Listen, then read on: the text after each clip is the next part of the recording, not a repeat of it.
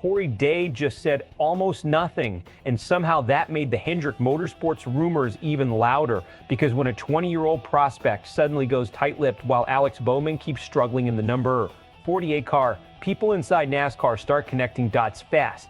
And now the question isn't if Corey Day is the future at Hendrick Motorsports. The question is whether Rick Hendrick is ready to move way sooner than anyone expected.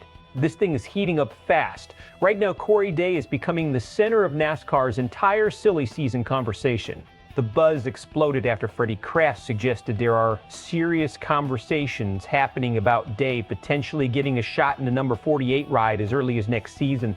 And look at the timing. Alex Bowman is in the final year of his Hendrick deal. The results haven't been there consistently. He hasn't won since 2024.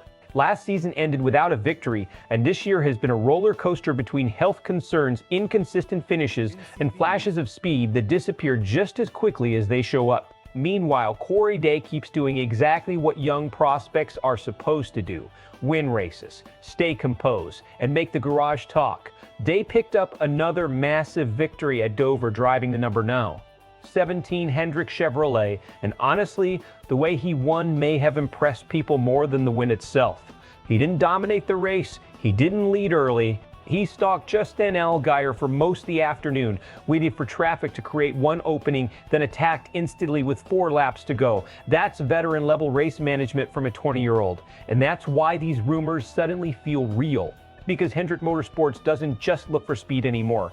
Everybody in Cup has speed. Rick Hendrick looks for composure under pressure, decision-making, patience, drivers who don't panic in big moments. That Dover finish checked every single one of those boxes.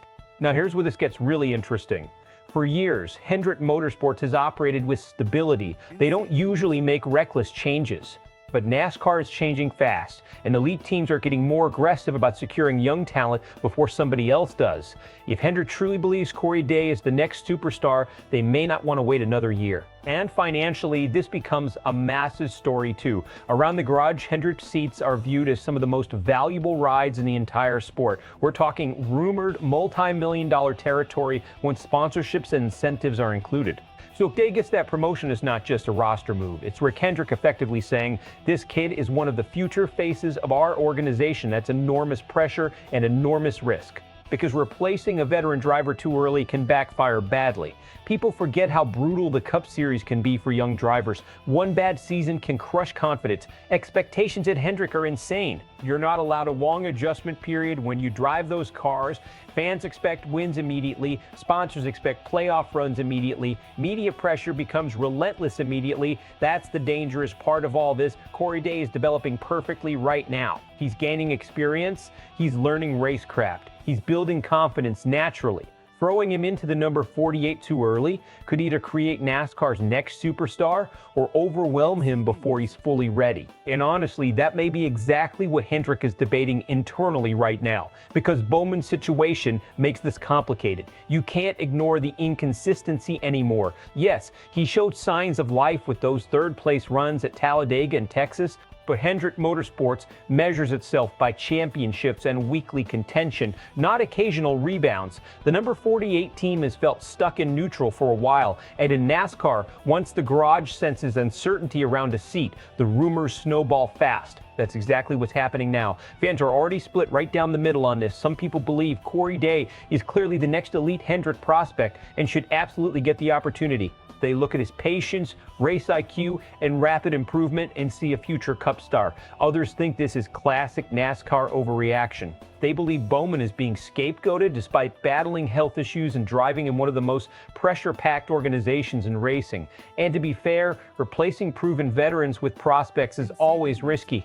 For every young phenom that succeeds immediately, there are others who get rushed and disappear.